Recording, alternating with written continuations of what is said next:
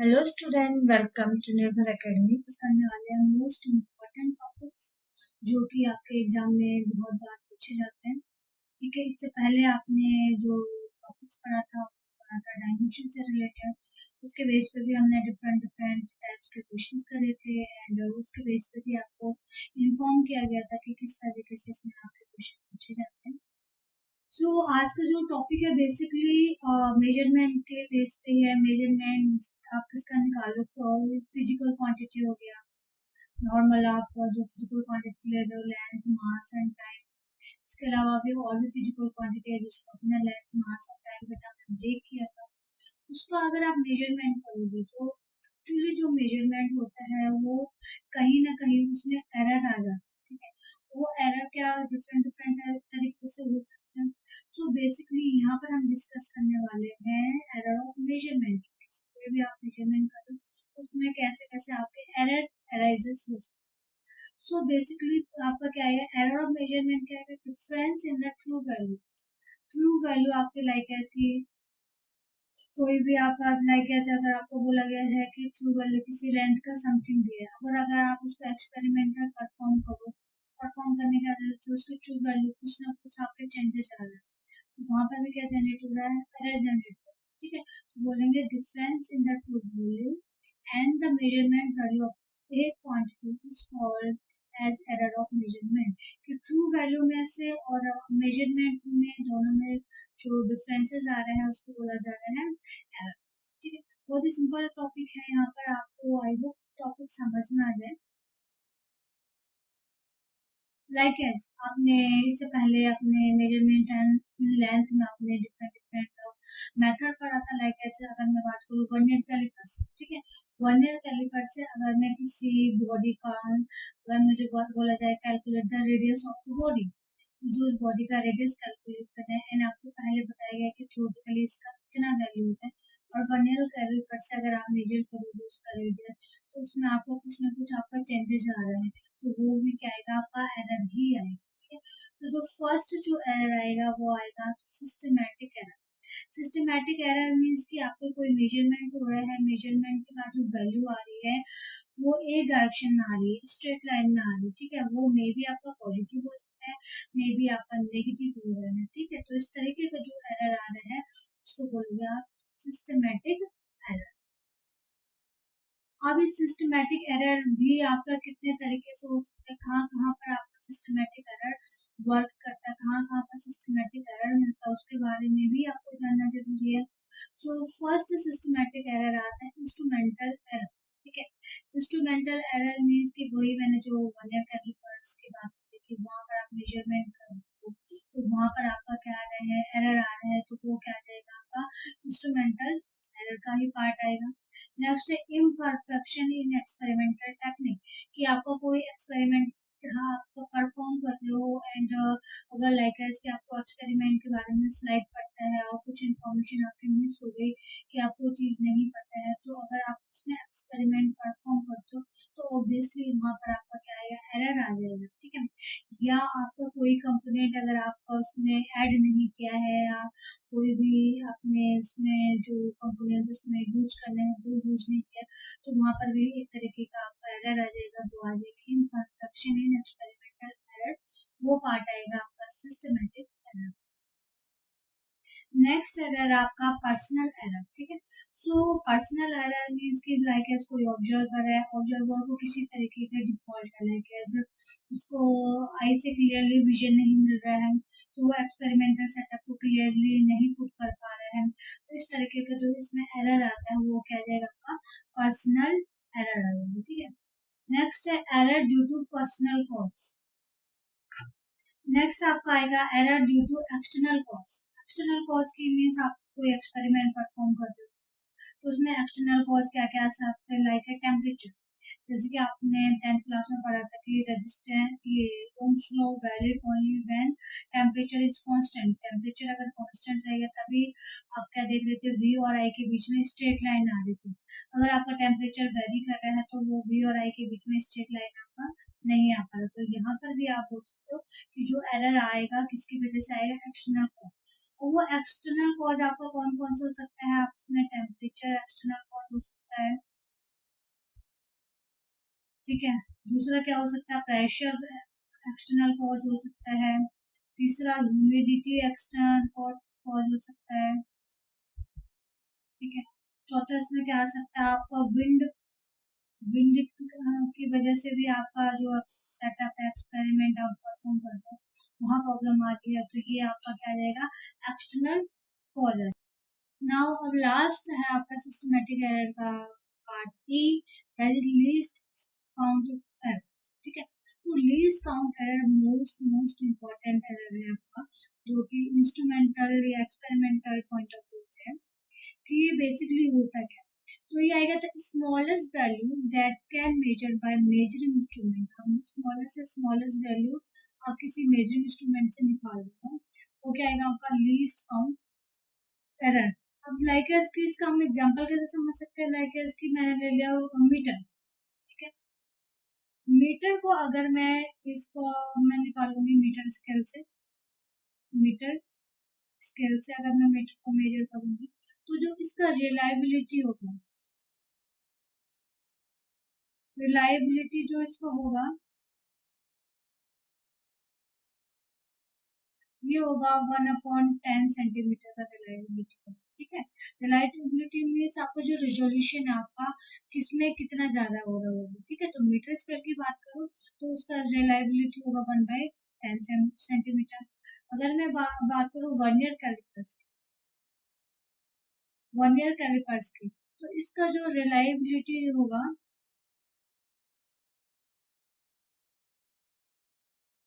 वो होगा 1/100 सेंटीमीटर। ठीक है। एंड अगर मैंने स्क्रू गेज की बात करें तो इसका जो रिलायबिलिटी होगा 1/1000 सेंटीमीटर। तो आप देख सकते हो कि जितना आपका क्या छोटा आप मेजरमेंट करोगे, उतना ज्यादा आपका रिलायबिलिटी बढ़ता चला जाएगा। जैसे कि आपका मीटर स्केल का रिलायबिलिटी वर्नियर कैलिपर्स के कंपैरिजन, स्क्रू गेज के कंपैरिजन आपकी इस तरीके से आपका चेंज हो जा रहा है। ठीक है। लीस्ट काउंट एरर आपका बहुत ही इंपॉर्टेंट एक्सपेरिमेंटल वर्क है, और ये आपका एक्सपेरिमेंट में ये इजीली समझाया जाएगा। लाइक इसके आपको बोला जाएगा calculate least count of vernier caliper, तो उसका एक पर्टिकुलर फॉर्मूला होता है। उस फॉर्मूले के बेस पे आपको वर्नियर कैलिपर्स का लीस्ट काउंट कैलकुलेट करना बताया जाएगा। अभी बोला जाएगा calculate least count of screw gauge का लीस्ट काउंट कितना होगा, तो वहां पर भी आपको कुछ एक पर्टिकुलर फॉर्मूला होगा, उस फॉर्मूले के बेस पे आप लीस्ट काउंट को काउंट कर सकते हो। ठीक है। उस लीस्ट काउंट को ही एज्यूम करके आप उसमें जो भी आप लेंथ मेजर करना चाह रहे हो उसको ही कंसीडर करना, उसमें मेजर करना। नेक्स्ट है आपका रैंडम एरर। रैंडम एरर क्या होता है, ठीक है। तो random error are the error which occur irregularly due to unpredictable variation, कि जो आपका जो अनप्रिडिक्टेबल वेरिएशन है उसमें इरेगुलरिटी आ रही है। इसका आप एग्जांपल ले सकते हो, लाइक कोई आप एक्सपेरिमेंट रिपीट कंटिन्यूसली आप उसको रिपीट करो, तो हर बार रिपीट करने के बाद जो ऑब्जर्वेशन आ रहा है वो अलग अलग आ रहा है, एक जैसा ऑब्जर्वेशन नहीं आ रहा, तो वो उस तरीके का जो एरर जनरेट होगा उसको बोलोगे आप रैंडम एरर। ठीक है। जैसे कि आपने देखा हुआ है गॉसियन डिस्ट्रीब्यूशन। ठीक है। गॉसियन डिस्ट्रीब्यूशन का आपका जो ग्राफ कुछ इस तरीके से बनता है, क्योंकि आपने देखा है कि नहीं देखा है, बट मैं बता देती हूँ उसका जो गॉसियन डिस्ट्रीब्यूशन का ग्राफ इस तरीके से बनता है। ठीक है। तो इसमें अगर आप ऑब्जर्वेशन की इस तरीके का ग्राफ अगर प्लॉट करते हो किसी एक पर्टिकुलर एक्सपेरिमेंट के लिए, तो उसमें अगर आप ऑब्जर्वेशन करते हो तो उसमें आपको जो इस तरीके से ये ग्राफ दिख रहा है, इस तरीके से ही आपका ऑब्जर्वेशन नहीं आता है। इसमें आपका क्या आता है, कुछ ना कुछ एरर आता है, वो आपका मे बी इस डायरेक्शन में आ सकता है, मे बी आपका इस डायरेक्शन में आ सकता है। तो इस तरीके का जो एरर बोलेंगे उसको बोलोगे आप रैंडम एरर। रैंडम मीन्स आप उसमें जो इवेंट है आप उसको क्या करो, कंटिन्यूसली रिपीट करो। ठीक है। उसको बोला जाएगा रैंडम एरर। नेक्स्ट है आपका gross error. Gross error basically क्या होता है कि वो आपका जो ऑब्जर्वर है, अगर आपका एक्सपेरिमेंट करने में केयरलेस हुआ, ठीक है, उसको बस उसका एक्सपेरिमेंट परफॉर्म करना है, इसके अलावा उसका क्या क्या फैक्टर डिपेंड करता है, लाइक है कि अगर आप ऑप्टिक्स का एक्सपेरिमेंट कर रहे हो तो वहाँ आपका देखना पड़ता है कि जो आपको ग्लास यूज कर रहे हो या जो मटेरियल यूज कर रहे हो उसमें डस्ट तो नहीं आ रही है, या आप सही से फिटिंग कर रहे हो कि नहीं कर रहे हो, तो वहां पर जो आपका जो एरर जनरेट होगा, जब आप इस तरीके की एक्टिविटी करोगे, तो वो जो एरर जनरेट होगा वो एरर होगा आपका gross error. Okay, so student, अभी तक आपने जो जो एरर के बारे में पढ़ा था वो जस्ट इंफॉर्मेशन था अबाउट द एरर, कि कितने टाइप्स के आपके एरर जनरेट हो सकते हैं और कहाँ कहाँ पर एरर की पॉसिबिलिटी क्रिएट हो सकती है। ये चीज आपने पढ़ी है, बट ये आपके एग्जाम पॉइंट ऑफ व्यू से नहीं है, just understanding point of view से है कि आपका कैसे कैसे एरर जनरेट हो रहा है। अब एग्जाम पॉइंट ऑफ व्यू से यहाँ से आपके एग्जाम में क्वेश्चन आना स्टार्ट होता है। ये एक तरीके से आपका मैथमेटिकल इंटरप्रिटेशन है आपका एरर का, क्या मैथमेटिकली कैसे उसको इंटरप्रेट करोगे, तो यहाँ से आपको समझना ज़्यादा जरूरी है कि आपका एरर किस तरीके से इसमें जनरेट। ओके स्टूडेंट, नेक्स्ट है आपका absolute error. Absolute error basically क्या हो रहा है कि आप कोई मेजरमेंट कर रहे हो और मेजरमेंट को एन टाइम्स रिपीट कर रहे हो, या N not repeat actually, N times आप उस मेजरमेंट को कर रहे हो, तो उस मेजरमेंट में किस तरीके से आपका एरर जनरेट होगा। तो इसमें आपने सपोज ले लिया, suppose let us A1 A2 A3 up to so are measured value of measured value of physical quantity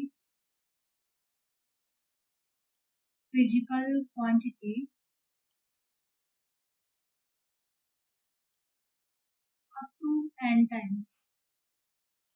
आप कोई फिजिकल क्वांटिटी को आप मेजर कर लो n टाइम्स, वो है आपका A1 A2 A3 up to so on AN। So इसका arithmetic mean कितना आएगा, arithmetic arithmetic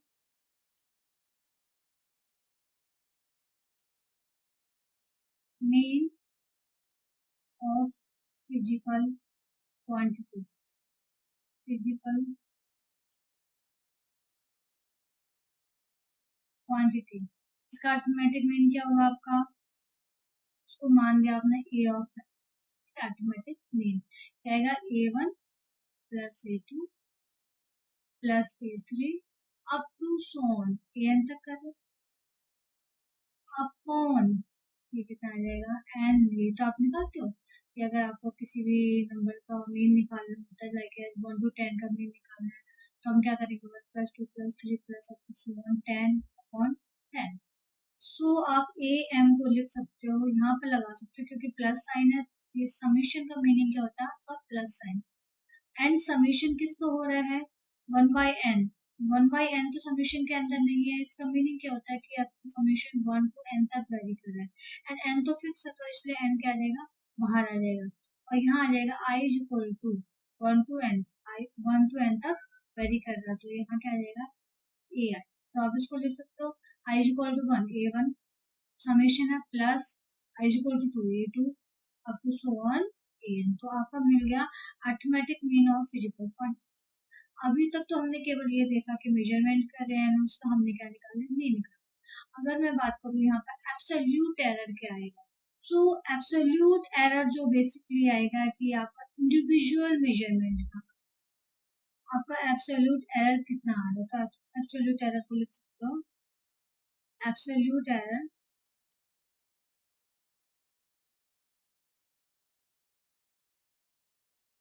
the individual measurement, individual measurement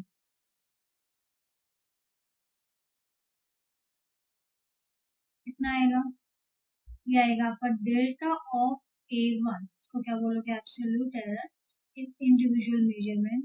वो आएगा AM में से आप A1 को माइनस कर दोगे, तो ये क्या आ जाएगा, डेल्टा ऑफ A1। ठीक है, इसको मान लेते हैं ये आपका इक्वेशन नंबर फर्स्ट हो गया, ये आपका आ गया इक्वेशन नंबर सेकंड। सिमिलरली आप क्या निकाल सकते हो, A1 के लिए निकाल दे तो आप A2 के लिए निकाल दो, delta of A2 equal to कितना आएगा, AM minus A2, delta of A3 equal to क्या आएगा, am minus a3 up to so on delta of an is equal to क्या रहेगा am minus an। तो ये क्या हो गया आपका एब्सोल्यूट एरर ऑफ इंडिविजुअल। आप देख सकते हैं इंडिविजुअली हमने निकाला हुआ है। a1 का एब्सोल्यूट एरर कितना आएगा, a2 का कितना आएगा, a3 का कितना आएगा, सो ऑन an का कितना आएगा। ठीक है, इसको हम मान देते हैं equation number third, fourth, so on, इसको फिफ्थ मान लिया। अदरवाइज इसको इक्वेशन लिखने की जरूरत नहीं, हमें इक्वेशन नंबर फर्स्ट ही चाहिए। तो ये बेसिकली आपका क्या है एब्सोल्यूट एरर। आई होप आपको समझ में आ गया होगा। सिंपल सा कि आपका कोई मेजरमेंट आ रहा है उसका मीन निकाल दीजिए, मीन में से इंडिविजुअल को माइनस कर दीजिए तो वो कह देगा आपका एब्सोल्यूट एरर। सो अब है मीन एब्सोल्यूट एरर। तो मीन से ऑब्वियसली आपका क्लियर हो रहा होगा कि जो एब्सोल्यूट एरर है उसका क्या हो गया मीन। ठीक है, तो जो मीन एब्सोल्यूट एरर है उसको रिप्रेजेंट करोगे डेल्टा ए मीन। ये जो आएगा वो आएगा magnitude of absolute error, individual absolute error का mean a3 up to so on an upon क्या आना चाहिए नीचे, नीचे ऑब्वियसली क्या आ जाएगा आपका n ही आएगा। तो ये क्या आ जाएगा आपका मीन एब्सोल्यूट एरर। सो अब आप उसको लिख सकते हो डेल्टा ऑफ ए मीन, इसमें भी लगा देते हैं 1/n समेशन, कहाँ से कहाँ है 1 to n डेल्टा ऑफ ए आई, तो ये मिल गया डेल्टा ऑफ मीन। नाउ अब आपका आता है इसमें फाइनल रिजल्ट ऑफ मेजरमेंट। जो यहाँ तक तो हमने मीन निकाला एब्सोल्यूट एरर का, फाइनल रिजल्ट क्या आ जाएगा। तो आप लिख सकते हो फाइनल रिजल्ट ऑफ मेजरमेंट। इसका निकालो, लाइक एज ए का निकाल लो। ए का जो मीन है, mean plus minus delta A mean. ठीक है, क्योंकि आपको जो फाइनल वैल्यू आएगी कुछ ना कुछ तो मीन आएगा। ठीक है, प्लस माइनस उसमें एरर भी आएगा। तो जब भी एरर की बात करी जाए और आपका रिजल्ट की बात करी जाए तो उसमें आप जो एरर लिखोगे कैसे लिखोगे प्लस माइनस और ये एरर। ठीक है, तो ये तो किस तरीके का एरर आपका एब्सोल्यूट एरर है, तो इसको इस वजह से यहाँ पे हमने लिखा डेल्टा ए मीन। सो इसका मीनिंग क्या है, that means A lies between am minus delta a mean to am plus delta a mean। तो आपकी a की वैल्यू होगी इन दोनों के। नेक्स्ट आपका रिलेटिव एरर और फ्रैक्शनल एरर। ठीक है, तो आप रिलेटिव एरर या फ्रैक्शनल एरर इसको लिखोगे डेल्टा ऑफ डेल्टा ए, इसको लिखोगे आप delta of A is equal कितना आएगा आपका, आएगा mean absolute error upon mean error. ठीक है, मीन एब्सोल्यूट एरर क्या था आपका delta A mean, mean error क्या था आपका am, तो ये आ गया आपका डेल्टा ऑफ। ठीक है, ये तो नॉर्मल हमारा डेरिवेशन जनरेट हो रहा है। अब हम न्यूमेरिकल क्वेश्चन करेंगे तो अब आपका और ज्यादा कॉन्सेप्ट क्लियर हो जाएगा। अब इसमें ही हम निकाल सकते हैं परसेंटेज एरर, परसेंटेज एरर। ठीक है, परसेंटेज एरर आएगा आपका delta A mean upon am multiply by 100%। आपने इसमें केवल 100% से मल्टीप्लाई कर दिया तो वो क्या आ जाएगा आपका परसेंटेज एरर। सो स्टूडेंट अब हम इसके बेस पे कुछ न्यूमेरिकल क्वेश्चन कर लेते हैं। क्वेश्चन है the refractive index of water is found to have the value 1.29 1.33, 1.34, 1.35, 1.32, 1.36, 1.30 and 1.33. Calculate mean value, absolute error, relative error and percentage. So सबसे पहले आपको गिवन क्या है यहाँ पर? Given A1 is equal to 1.29, A2 is equal to 1.33, A3 is equal to 1.34, A4 is equal to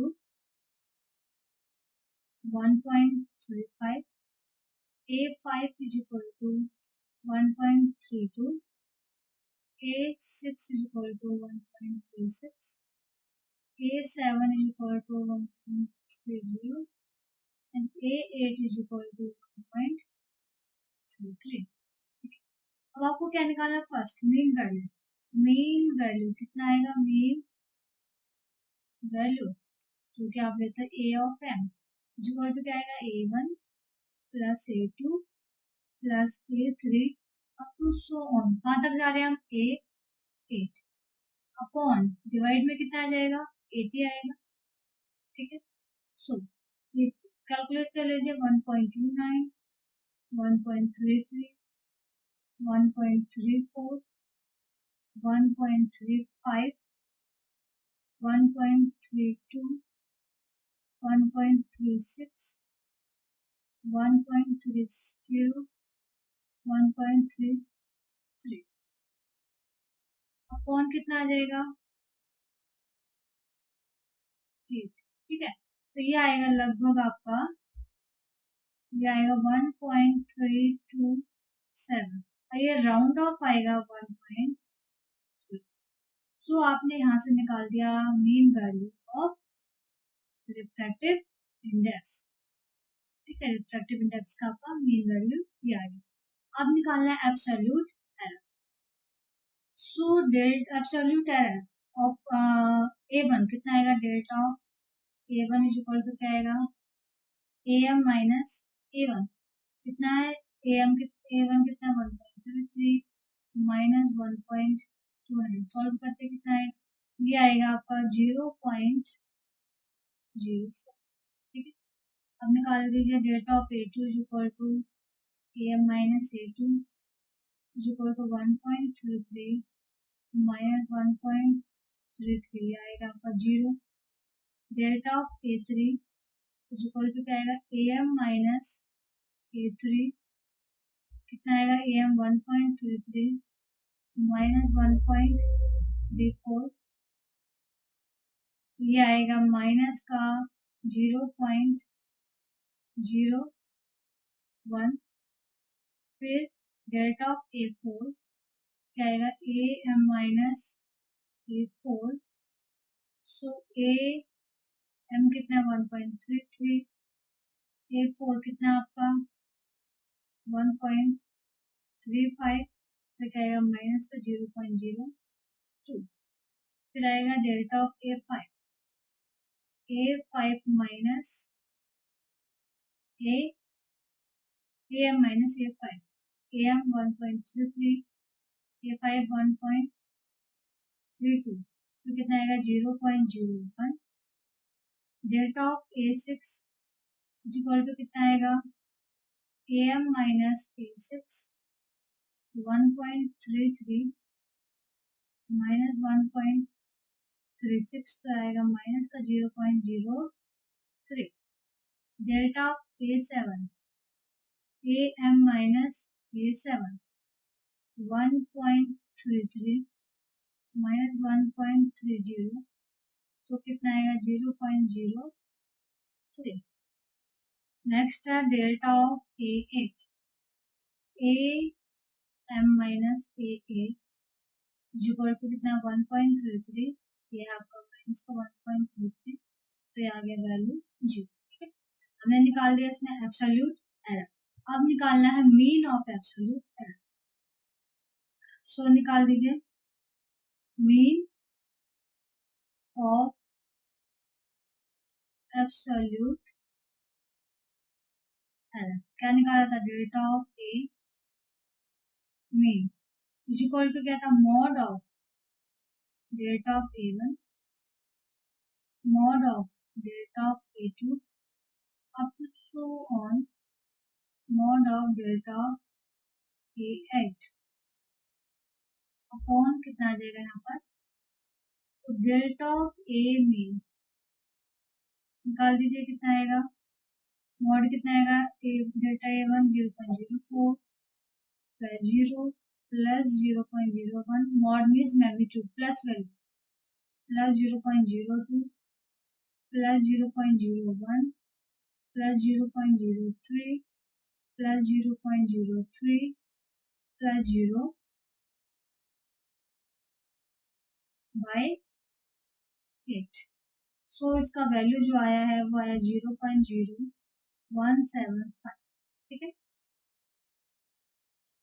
सो इसको हम round off में लिख लेते हैं। राउंड ऑफ में delta A mean equal to कितना आएगा 0.0। ठीक है, तो हमारा डेल्टा ए मीन निकल गया कितना है 0.0। अब हमें निकालना है रिलेटिव एरर, निकाल दीजिए रिलेटिव एरर इक्वल टू कितना आएगा डेल्टा ए मीन अपॉन क्या था ए mean. Okay, delta A mean आपका कितना है 0.02 अपॉन 0. ये था आपका 1.33। ठीक है, उसको ले लेते हैं हम, डेल्टा ए लिया था हमने, तो डेल्टा ऑफ ए अप्रॉक्स आया 0.05। डेल्टा ए आप उसको बोल सकते हो राउंड ऑफ हो गया तो 0.0, तो रिलेटिव एरर आ गया आपका 0.0। लास्ट आपका परसेंटेज एरर, परसेंटेज एरर ये क्या था आपका रिलेटिव एरर इनटू 100%। तो रिलेटिव एरर कितना 0.02 इंटू 100%। तो percentage error of delta A equal to आया आपका, इसका अगर 100 से मल्टीप्लाई करोगे तो आएगा 2%। ठीक है, तो ये निकल गया आपका परसेंटेज एरर ऑफ नेक्स्ट। आप देख सकते हो बहुत इजी है, बस थोड़ा सा आपका कैलकुलेशन पार्ट इसमें रहता है, अदरवाइज इसमें कोई भी डिफिकल्टी आपका इस टॉपिक में नहीं है।